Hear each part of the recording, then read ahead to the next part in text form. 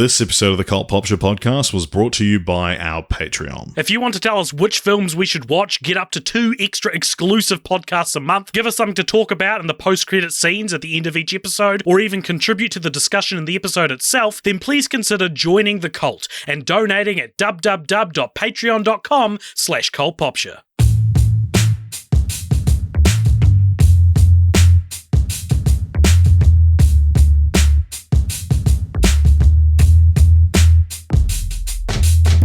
Welcome, one and all. One and only. To the worst. Welcome to our worst, one and only listener. Welcome to the worst podcast in the world. This is a podcast where the hosts kept up a pretty good, consistent run for about 7 years, and then in their old age we're releasing episodes late, Richard. We're skipping entire weeks. We're further behind our Patreon upload schedule than we've ever been. We're bad people, and there's no two ways about it. How do you feel about this? Good. Okay, well, great. At least one of us feels good about it. Welcome to the Cult Popture podcast. My name is AJ. Over there is Richard, and this is a show where we talk about movies. We're breaking new ground in talking about movies. People typically watch movies, and what we do is we discuss what that experience was like when we watched it. And because we are doing the Star Trek movies this month, we... Sorry, just got distracted by a notification that someone on Twitter named Isla Grace DeButts is following us now. Wow. Shout out to Isla. You've got a last name that made me think of butts. Because we're going through Star Trek, our Patreon, our neglected Patreon, were not able to give us a franchise to cover because we split Star Trek up into 3 parts. So what we said to them instead was, hey, give us an off week to talk about. So that's what we call the in-between episodes. Well, important to note as well that I'm going to... in 24 hours and 20 minutes, I am hopping on a plane to... well, technically to San Francisco, and then after a 9-hour... Oh, you're going wait. the AJ pilgrimage. Yes. The AJ trail. Would yes. not recommend it. And then to London. But yeah, no, I'm. By the time this is out, I will have caught up with our friend and listener, Mike Noyes. Oh, nice. Yeah. He didn't come to see me in San Francisco. Well, I guess I'm the favorite. I don't know what to tell you. Yeah, well, clearly. So all to be said, like, there's been a lot of time crunch lately. So we asked our Patreon, give us something to talk about in one of our off weeks. And there was a draw between 2 options. And one of the options required no prep from us. And so that one's mysteriously pulled ahead in the last 10 minutes. The last 30 seconds. I will say, though, that the other idea is just as good, and we will do it at some point next time we need an off week. Like, it's not a case... like, this one is being done now, but Vinny, I believe, suggested the other one you did not lose. Vinny suggested, or Vincent Lara suggested the runner-up, but the winner is from a man or person, I don't know, Richard, who simply goes by Hayden. So I feel like, unless it's a Hayden Panettiere situation, it was safe to assume the pronouns, though it never is. Yeah, that's a weird thing to be. Yeah, that's a... unless it's this scenario which, fully isn't exists. That uncommon. Yeah. Yeah.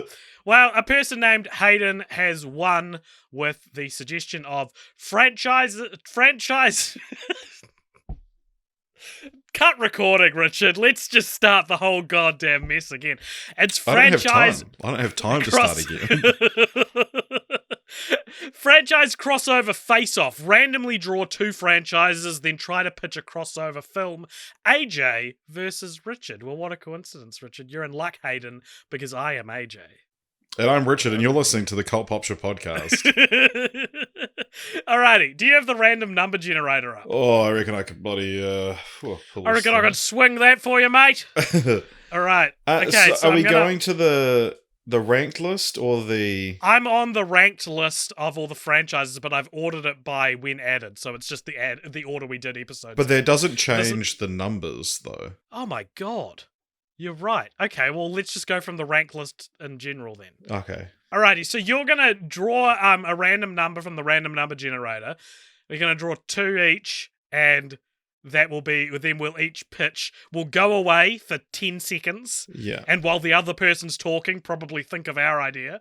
And then we'll pitch a crossover, and we'll do this back and forth for 45 minutes. How does that sound? The podcast just sort of ends. Well, okay. Do I'm going to, in the interest of good faith, I'm going to quickly add the missing franchises from this because we haven't updated this list in a little while. Do we have on the ranked list? Yeah, but then we don't get the numbers. Right, I'm just saying we'll go by the ranked numbers. Oh, yeah. That way you're not adding franchises on air to your Letterboxd list. All right. I mean, it's a random number, so it doesn't matter. I wasn't listening, so are we getting... You get 2 and I get 2? Yeah, we'll do 2 each. Okay, cool. 1 and 189 franchises we've covered, so...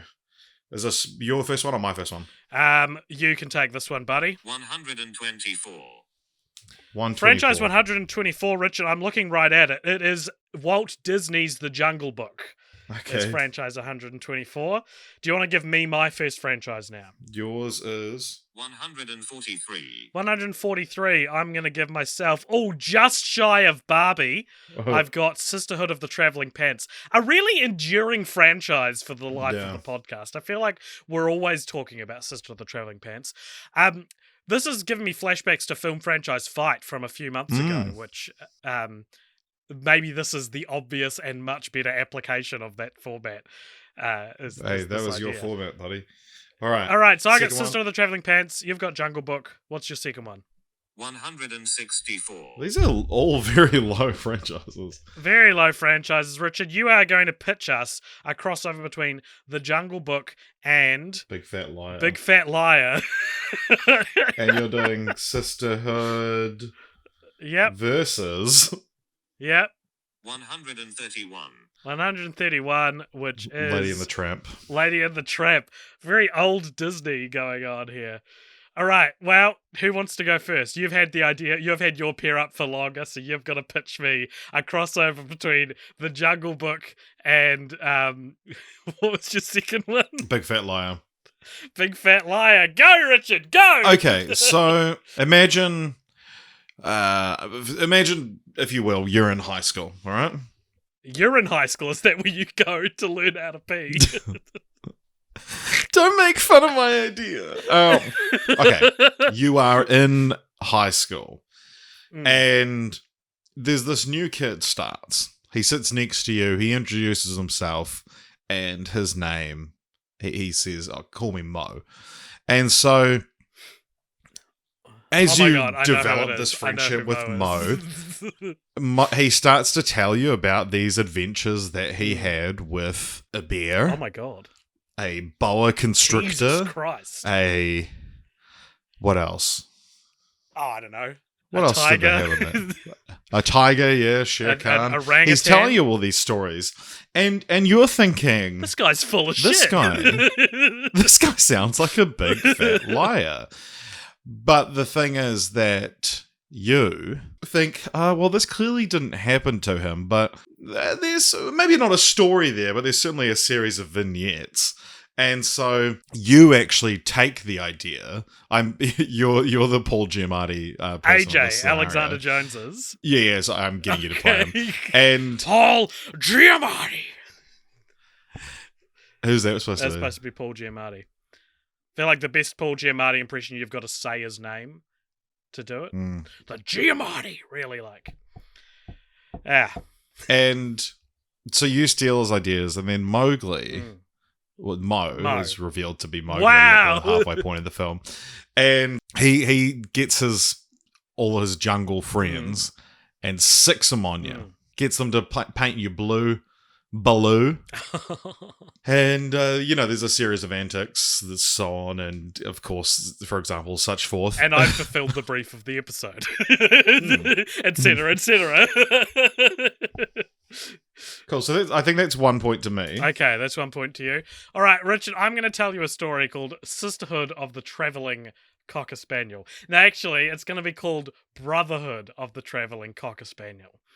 And it's about a group of lads, and one day this Cocker Spaniel should probably be the Tramp, shouldn't it? What's the Tramp? Is he a Schnauzer? So this is a Cocker Spaniel that fits all of these boys. Well, that's what I'm thinking. What dog is Tramp? Is best for having sex with? No, is that where you're going? He's a mixture of a Schnauzer and a Terrier. All right, it's called Brotherhood of the Traveling Schnauzer Terrier Cross. Schnautier. And it's about these lads who are just kicking some cans down by the train tracks one day. And they are approached by a timid young Schnauzer Terrier Cross. And they're like, yeah, we'll hang out with the Schnauzer Terrier Cross. They call him Tramp. Or maybe that's already his name. Is his name Tramp? I can't remember. Oh. Anyway, the Tramp is walking home with one of the brothers, one of the boys, and one of the lads. And this girl that he has a crush on from school she lives next door to him, and she's like, "Oh my god!" What's she wearing on her bottom half? And you can't just ask someone that, Richard. You've got to earn. No, I'm asking. It's just locker room talk. Guys talk about this kind of stuff all the time. Bro, what was she wearing on her bottom half? Tell me more. What was she wearing on her bottom half? That was the best example of locker room talk I could muster from the recesses of my memory. And she's suddenly showing interest in him because he's got this dog, and he's like, oh my god, this dog's the key to it all. And then one of the other brothers is like, all right, let me try. And he walks the dog past a girl he likes, and lo and behold, all four boys discover that the girls they like are much more interested in them when they have the dog.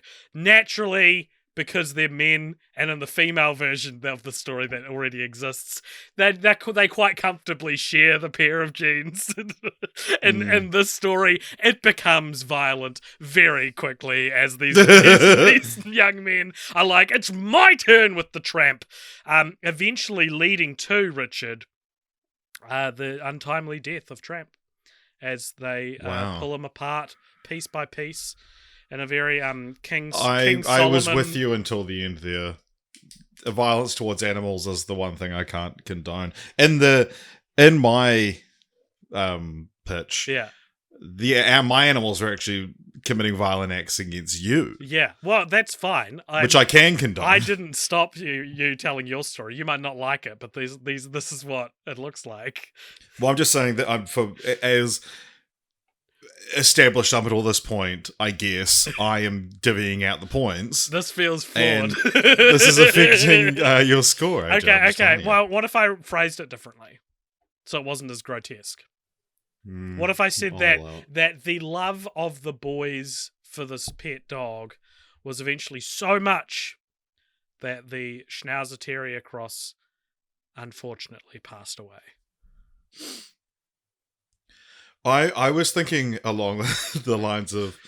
they have sex with the dog. No, spoilers for the film Another Round. Okay, skip ahead for spoilers for a real good movie that you probably don't want spoiled. Yeah. Well, you know the plot of Another Round. You've seen it, right? Yeah. That, so it's a similar thing, group of four friends that have this one thing in common. I thought it was going to end more like that. No, in this story it'd be like if alcohol itself was murdered by the four men. And that's my story. Half a point. That's fair. All right, let's get out some more numbers. 107. Richard, I'm looking right at 107. It's Olympus Has Fallen. Do you want it or should I have it? Yeah, this one. All right, I'll go Olympus Has Fallen. What's your first one? 75. Richard? 75. I'll tell you what, I'll leave the first 100 open, you leave the second 100 open. Okay, you tell me what 75 is then. 75 is Sleepaway Camp. All right, so you're going Sleepaway Camp. What's my pairing? What am I pairing? Olympus 112. Olympus Has Fallen is crossing over with Transformers, a very organic pairing for a franchise. And Sleepaway Camp is pairing with...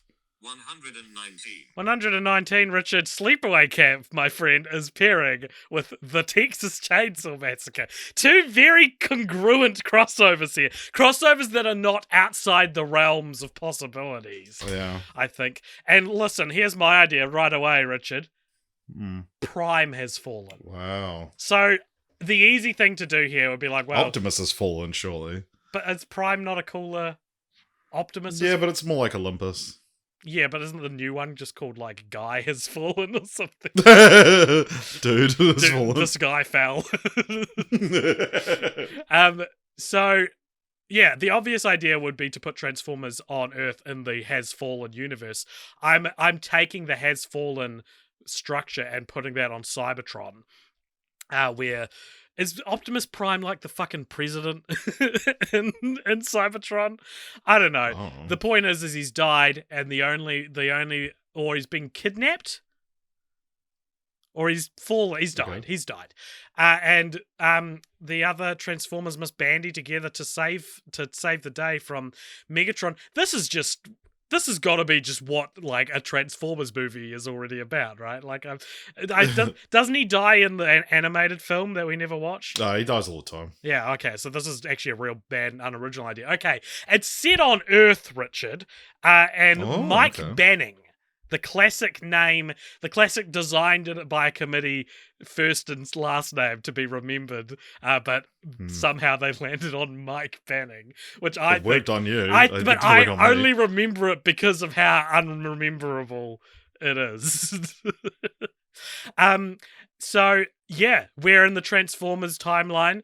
Everyone knows Transformers are a thing, and then Optimus Prime is taken out, and Mike Banning, who is, you know what, Mike Banning, now the president of the United States himself.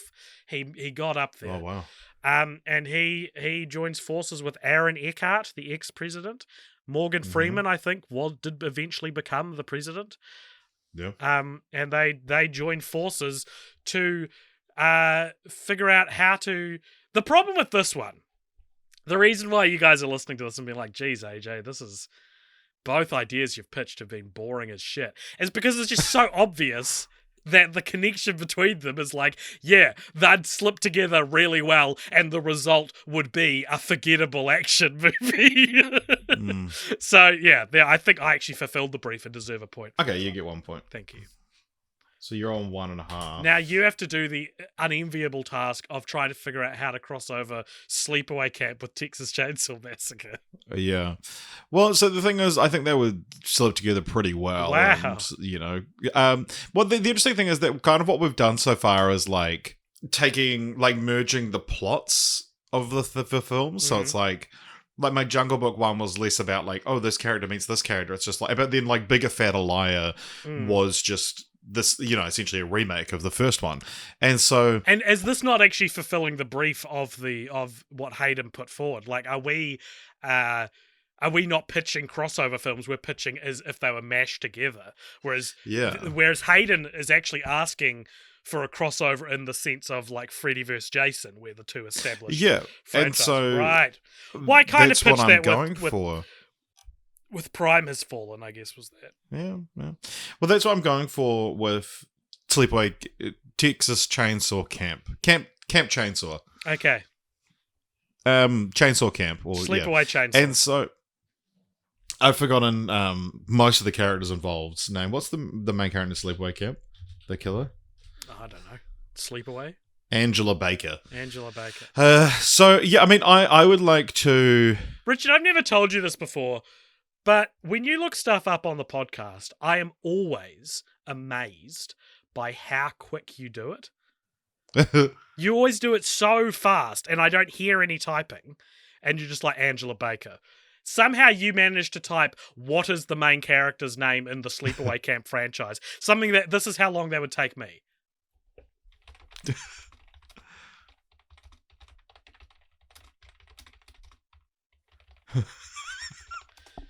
And that didn't give me the right answer, and I spelt it horribly incorrect. Because you were rushing. Yeah, because I was rushing, but you were like this. Oh, what is it? Angela Baker. You're like fucking... I'm so glad you said something about that, because... And it's been happening for years. I impress myself with it. Like, I like it as like... There was a period of time where we would joke about, like, Googling stuff during the podcast. And it was my thing for like a few weeks. But I I love listening back to episodes where I just like have to quickly Google something and then have it. Well, let's base a whole episode around it. Yeah. And for those listening, I never edit how long it takes Richard to. I don't need to. So, Angela Baker. I want to continue the storyline of, because you remember how it was like sleepaway camp and then return to sleepaway camp. Yeah, were like direct sequence, but then like 2, 3, and yeah. Or maybe it's just finally finishing Sleepaway Camp 4, The Survivor, but like filling it in with footage from the Texas Chainsaw movies. I like that idea, actually. I would want to do like that. You'd be playing with the timelines a little bit and stuff like that. But you remember the Leatherface prequel that we watched that has Leatherface. Yeah. And it has, like, they escape, like, a mental asylum at the start, and then they're on the run for a long time. And something that I think we didn't see in that film was that while trying to lay low for a little bit, they did actually stay at a sleepaway camp. And I actually kind of think that that's where Leatherface got his thirst for blood, you know? Right. Like, it was witnessing all of the murders being done by Angela Baker. And I mean, maybe this would actually make more sense in the Sleepaway Camp 2 and 3 when the kills are all really creative and kind of silly. And, you know, at the end when most of the campers have passed away, it's down to just Leatherface and Angela Baker. And it's like a, hey kid, you want to join the family business? Yeah, fantastic. Because they're also, turns out they're related or something. Right, okay, cool. Well, 10 points. 10 points on that one. Cool, I'm on 11 points, yeah, I don't know and you're on 1.5. Why I think saying passed away is so funny at the moment. I'm a big fan. Shout out to a YouTube channel, which I haven't talked about much on Discord or anything. There's a YouTube channel I love called Any Austin, and he does videos that are like, he'll go to like some random point in Legend of Zelda Ocarina of Time and be like, look at this place. Isn't this kind of weird? Like he does, like he calls it unremarkable and odd places in video game. And he also does a great series I think you would like, where he does a census of fictional like video game cities. So he'll go to like Whiterun or something and like Skyrim or whatever, and try to work out who has a job, so he can write down if there's an how bad the. So all the videos are called like you know, this level in video game has a 10% unemployment rate or something like that. And the video's him trying to figure out if people have jobs. Really good stuff. Anyway, he did one video where he was talking about Lego Star Wars, I think. And he talks about he was talking about the med bay where Luke and Leia are born. And the way he described it is just like, and this is of course the area in the hospital where Padme passed away. And it was like she was a real person. Like, do you know what I mean? Like he treated her with such dignity and respect, and it stuck with me. And that's why passed away is my new joke.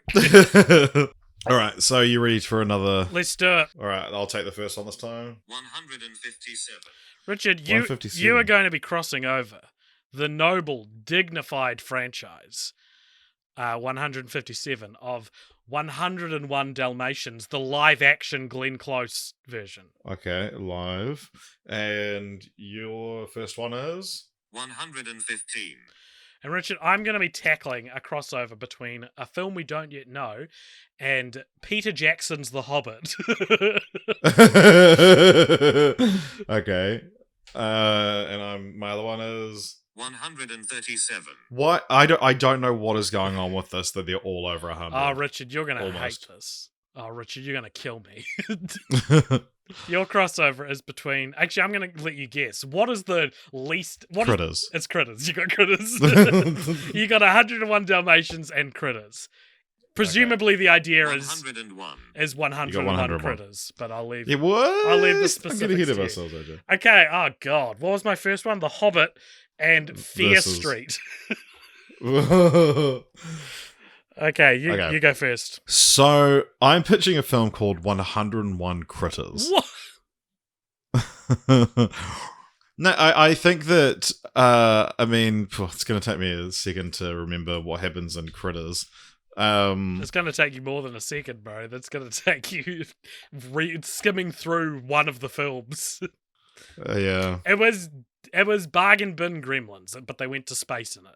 And there was that one... okay, the main thing I remember about Gremlins... There's that one dude that looked like young Dave Grohl. Yeah, it is the Power of the Night, sung by Johnny Steele. Yeah. Which I just very quickly looked up. Yeah. And I would want to figure out some way to include that. The power of the night, the streets are cold. This is such a production note and not at all an idea yet. I want to include a song that's in one of the films in it. Yeah. No, I think that it would be the Critters would replace the sort of character or the need for a Cruella de Vil type.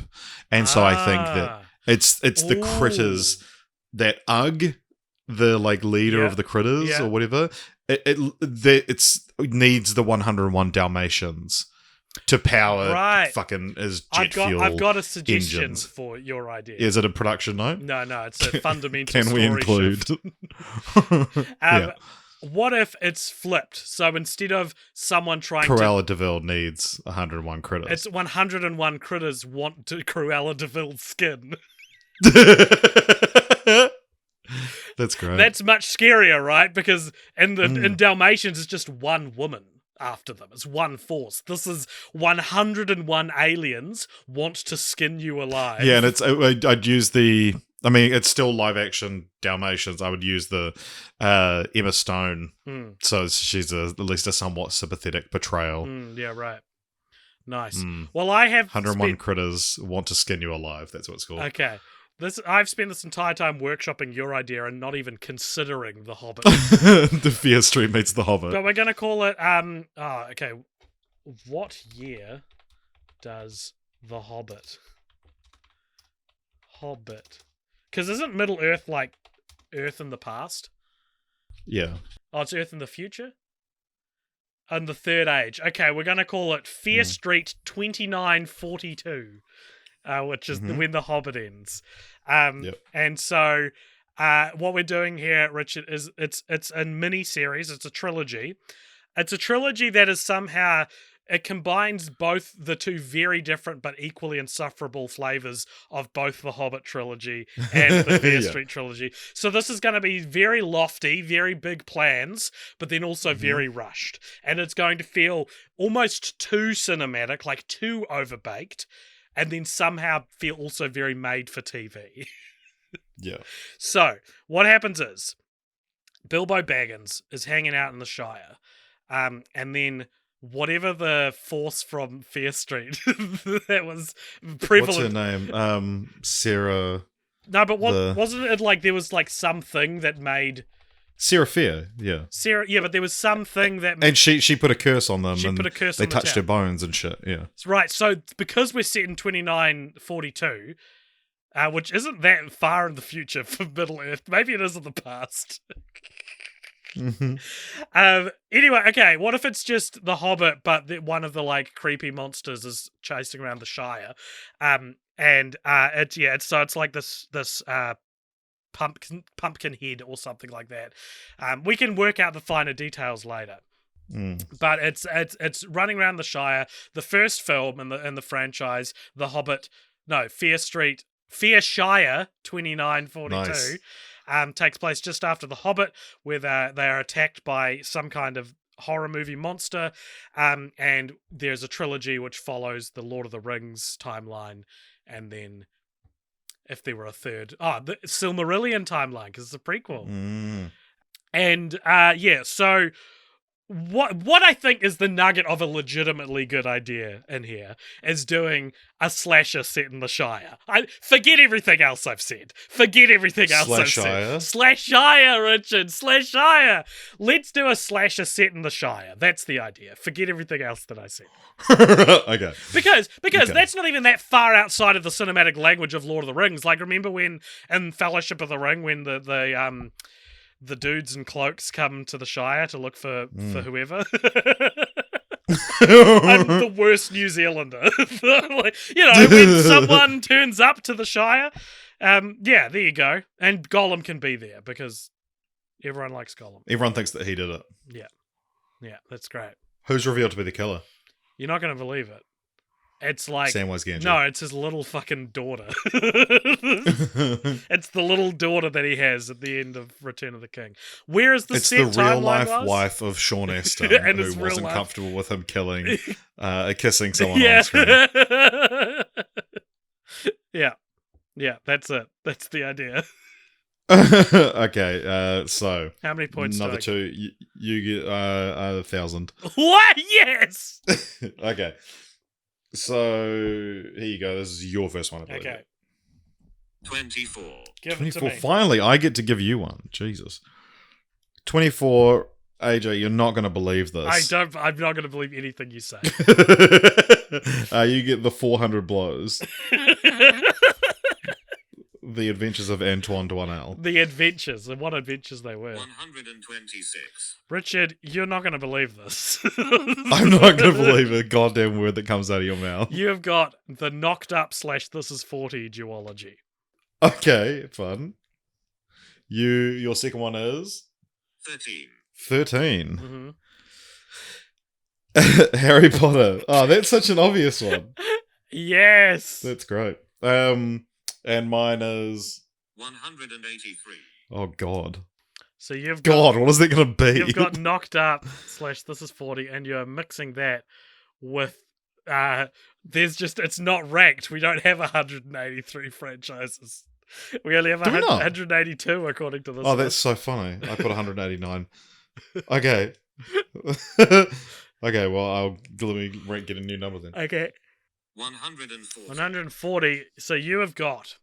What was your first one? Knocked up / this is 40. You are crossing that over somehow, Richard, with Camp Rock. Fantastic. All right, you kick us off with your 400 blows, Harry Potter. Okay, so we're going obvious here again, but there are other wizarding schools. And presumably... There's one in France. Now, French fucking losers go to them as well. French Hogwarts. And I'm pitching... Frogwarts.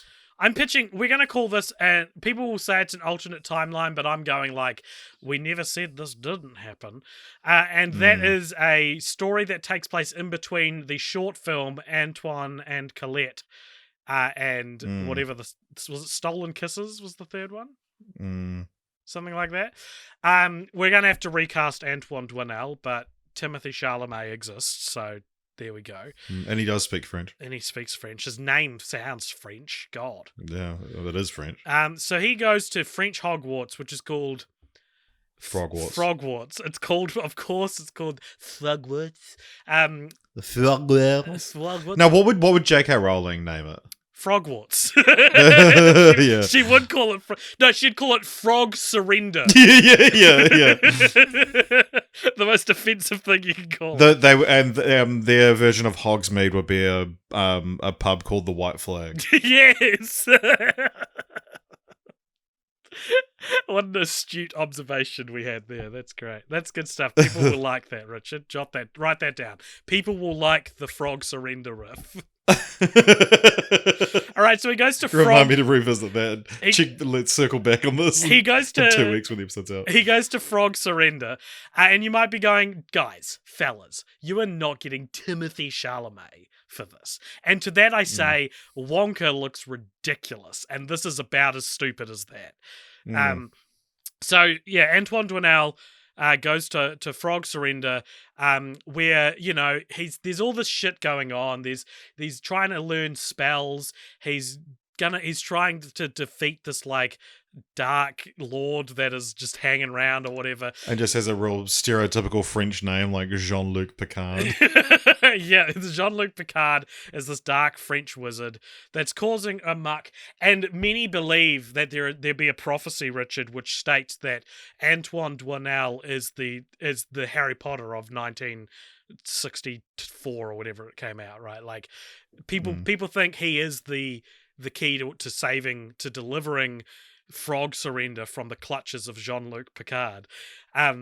But unfortunately, Antoine Doinel could not give a shit about any of this because he is in love with his teacher, who's older than him, but not older than him enough for him to really consider it to be too much of a challenge.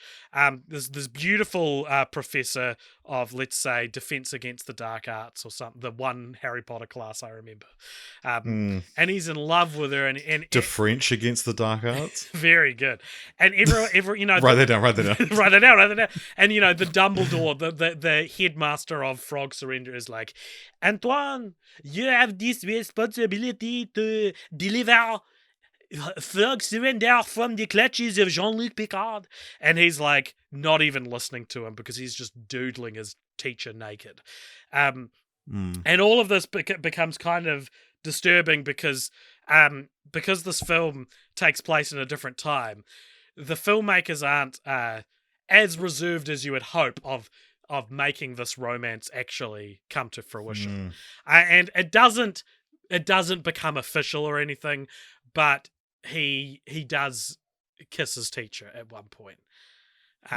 And she ends up breaking his heart, and she's like, I'm too old for you. And he's like, fuck it, I don't even know if I want to be a wizard then. And he goes back to France for the events of Stolen Kisses. Wow.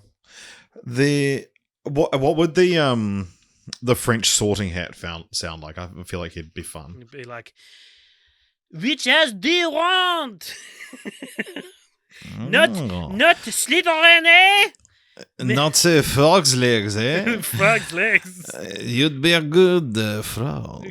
All the houses are called Frog, like Frog. Yeah. No, there's like I put you in the stinky poo-poo house. There's stinky poo-poo house, Frog's legs house, Frog's tongue house, and then just Frog house. And baguette. Frog baguette. Not frog baguette. Not frog baguette. So that was good. Thank you. How many points is that? 3. Sick. Now Knocked Up versus Camp Rock. This is so I'm gonna continue with this is 40. No, actually no, I'm gonna continue with the Knocked Up that Katherine Heigl and Ben Stone their daughter is now 18. Of course. And like aging in real life is about 18 as well. And 16. It's a prime Camp Rock age. Yeah. And so she wants to go. Can I suggest a title for this Camp movie? Rock. Yeah. Can it be called Rocked Up? Yeah. And so they go, but they've become quite overprotective as parents, like, and now that the little girls growing up, and especially you think about like Ben, he doesn't expect that he's going to be the best role model for this kid, and he knows what he would have done at a school like that, because Camp Rock teens would have just been fucking all the time, and so he insists on him and Allison getting jobs at Camp Rock to keep an eye on their little baby girl. Do we get a name for the baby? I don't think so. I believe the baby's called Knocked Up. I think that's why the movie's called that. Yeah, the titular child. And so eventually it's just, and it's the theme of the film would essentially be learning that, you guys didn't have parents like this, and you both turned out alright, and you need to let your kid be on a little bit of a longer leash and make the same mistakes you did growing up. It's Judd Apatow directing this? Yes. Right. So it's 20 minutes too long. It's 20 minutes too long, and there'll be an implicitly anti-female vibe about the whole thing. Like the words the characters say are progressive things and like left-leaning ideas, but in the actions of the direction and the filmmaker, there's this vibe that women are wrong. Yeah, nice. Who and who would be the in place of the Jonas Brothers? I don't know. Isn't Paul Rudd's character like a music guy? Yeah. So he probably is a fun little cameo. There was a character in This Is 40 that was a real life musician, wasn't there? Yeah, like Billy Joe Armstrong's in This Is 40. Yeah.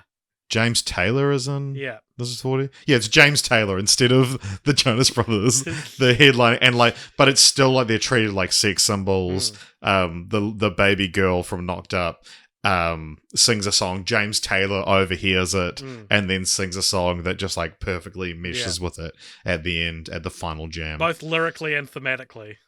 Yeah. Great stuff.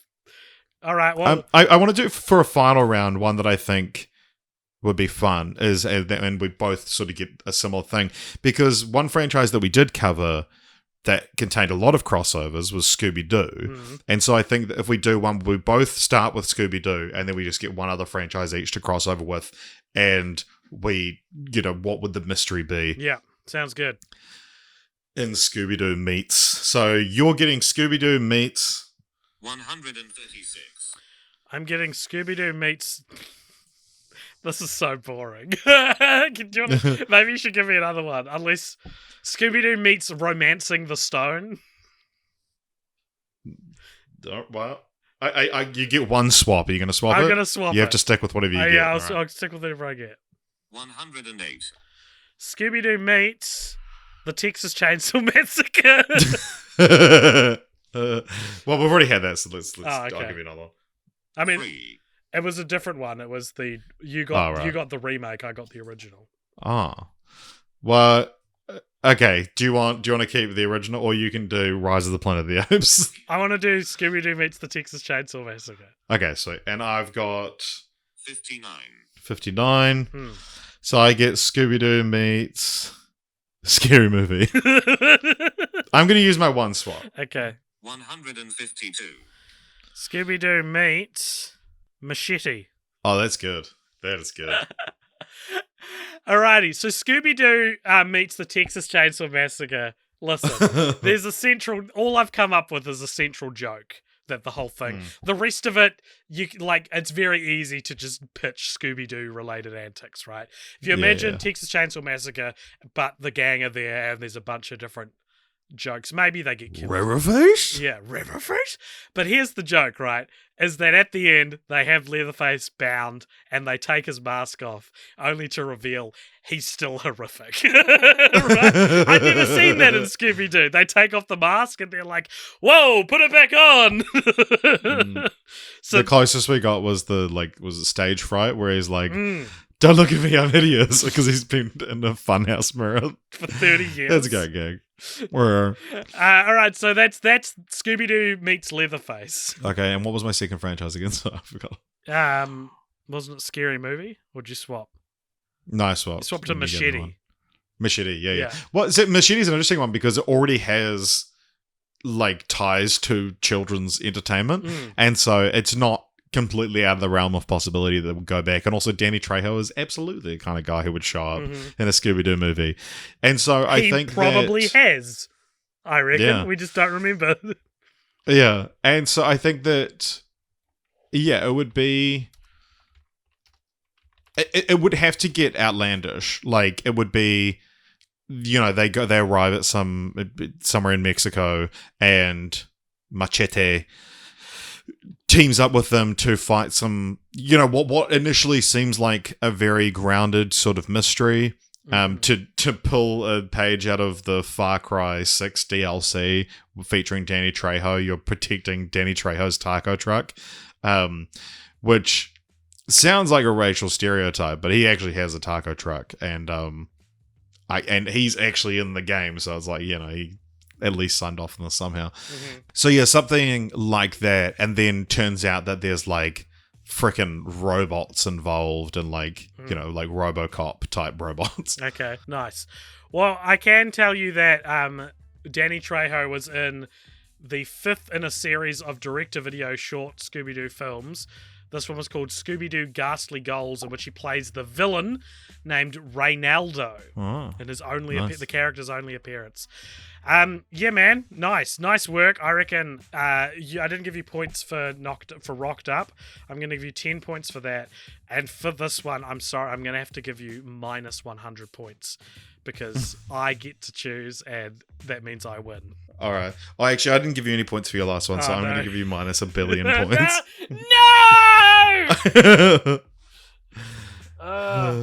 Well, thank you. Let us know what you thought at home. Maybe this is a fun game you can play in the Discord. Someone who's real good at Discord, set up a bot where you go like /Rand franchise. Rand French. And it gives you Frandom. And it gives you a random. How have we never suggested Frandom before? Oh yeah. If you enjoyed, and then we can talk about our fans as being the Frandom fandom. Yeah, and we can get like Fran Drescher to shout us out on Cameo or something. She can't actually act on the picket line. Yeah, she's the head of SAG or whatever, so she's not going to be doing any acting anytime soon. Actually, is Cameo scabbing? No, I don't. Surely not. Because you're not promoting anything. Yeah. And you're not acting. Yeah, true. Okay, well, thank you very much for listening to everybody. I hope you enjoyed this fan-suggested episode. Thank you very much, Hayden, for such a fun topic. We should definitely play it in the Discord or play it on the podcast again sometime. We always say that. I don't think we've ever repeated a game, though. We've always do games. Well, no one's ever liked any of them. If you like this podcast, please consider following us on all the places. You can follow us on Twitter and Instagram at Popture. You can join the Discord we were talking about in the show notes, or you can donate if you'd like to at patreon.com/Popture. We get a bunch of podcasts that are eventually going to come out on there, and you also get to give us something to talk about in the post-credit scene, which is coming at you after this music ends. Ka kite anō. Thank you very much for listening, and we'll see you on the flippity flop. As we say in New Zealand.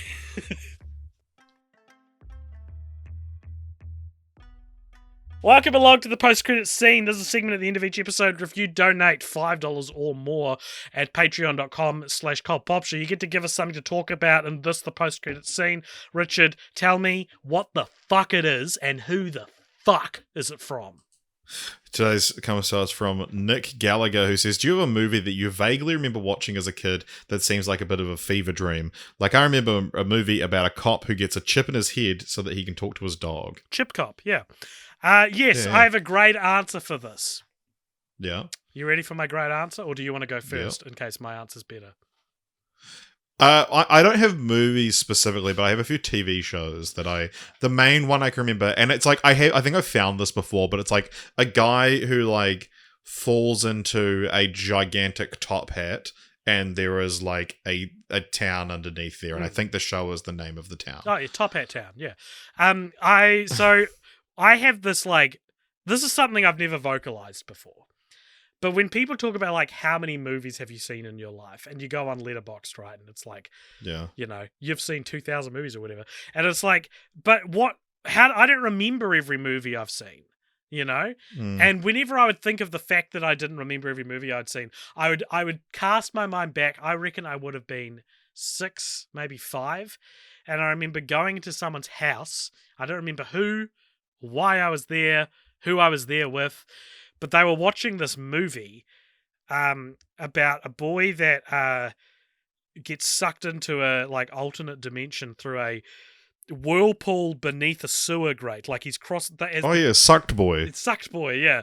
They're crossing over. The kids are daring each other to cross over this like narrow pipe above this whirlpool, and he falls in and goes to another universe. And I was thinking, you know, because I'm never going to know what that movie was, so how can I ever truly say how many movies I've seen? And that was one of the only things I remembered about it. Anyway, fast forward. So let's say that happened in 2000 or maybe like 1999, right? Fast forward to 2021. I'm watching TikTok, and this guy is doing a TikTok singing about this movie, and this was the movie. This thing I never even asked someone to help me figure out was given to me by the universe. It was called, I think it's called Warriors of Virtue. And the funniest thing about it is that this movie is about a boy that goes to a dimension where the like main life force there, the main like the equivalent to humans are like kangaroo humanoids that know kung fu. And isn't it funny that I didn't remember any of that? Like, I didn't remember this very specific thing. I think it's called Warriors of Virtue, but I'm not 100% sure. Anyway, I never rewatched it or anything, but the way he was talking about it, and I was like, 1997 this movie came out. A Hong Kong film with kangaroo people. There's a sequel. It's got a sequel. Oh my god, it's a franchise! Ring, my ding other the ones bell! that like aren't so much like Fever Dreams are just films that it's like I know I watched this a bunch as a kid. There's A Simple Wish, which has Mara Wilson and Martin Short in it. And there's a bit where he has no bones and he falls down the stairs, and it's like, and I remember being I'd like last year talking about this movie and being like, there's this one scene I remember, and then I looked up the film and it's the poster for the film as well. And then there's the Mommy Market, or like Trading Mom. It's called like Trading Moms or something like that elsewhere in the world. You are blowing my mind, dude. I remember Mommy Market. And did you ever watch Don't Tell Mom the Babysitter's Dead? I'm aware of it. That's another Warriors of Virtue Mommy Market film. Yeah. The Mommy Market is Andre the Giant's final film appearance. Do you know what we're talking about? Do you know what kind of film we're talking about here? Yeah. It's the Colgate Saturday Night Feature type film. Oh, yeah. That's exactly what it is. These really like low budget kids movies that we didn't realize were low budget when we saw them. This is Indian in the Cupboard. Yeah, this is what it says for the plot of Warriors of Virtue. Leading them to a water plant, Ryan is told he needs to cross a narrow pipe to sign his name on the wall of graffiti. Ignoring Chucky's protests, Ryan attempts to cross, but a water pipe opens up and throws Ryan into the water. Ryan wakes in a strange forest and is attacked by assailants who are drawn off by a creature from the lake. As he escapes, he realizes his leg works. That must be some kind of... he suffers a disability, okay. He meets a dwarf-like man named Mudlap before a beautiful girl named Elisa drives him off. Here we go. He meets four of the 5 warriors of virtue, anthropomorphic kangaroos, each representing an element. So there's a wood kangaroo, a fire kangaroo, an earth kangaroo, and a metal kangaroo. Of course, the 4th element, metal. Yeah. Should we cut there? Doug Jones is in it.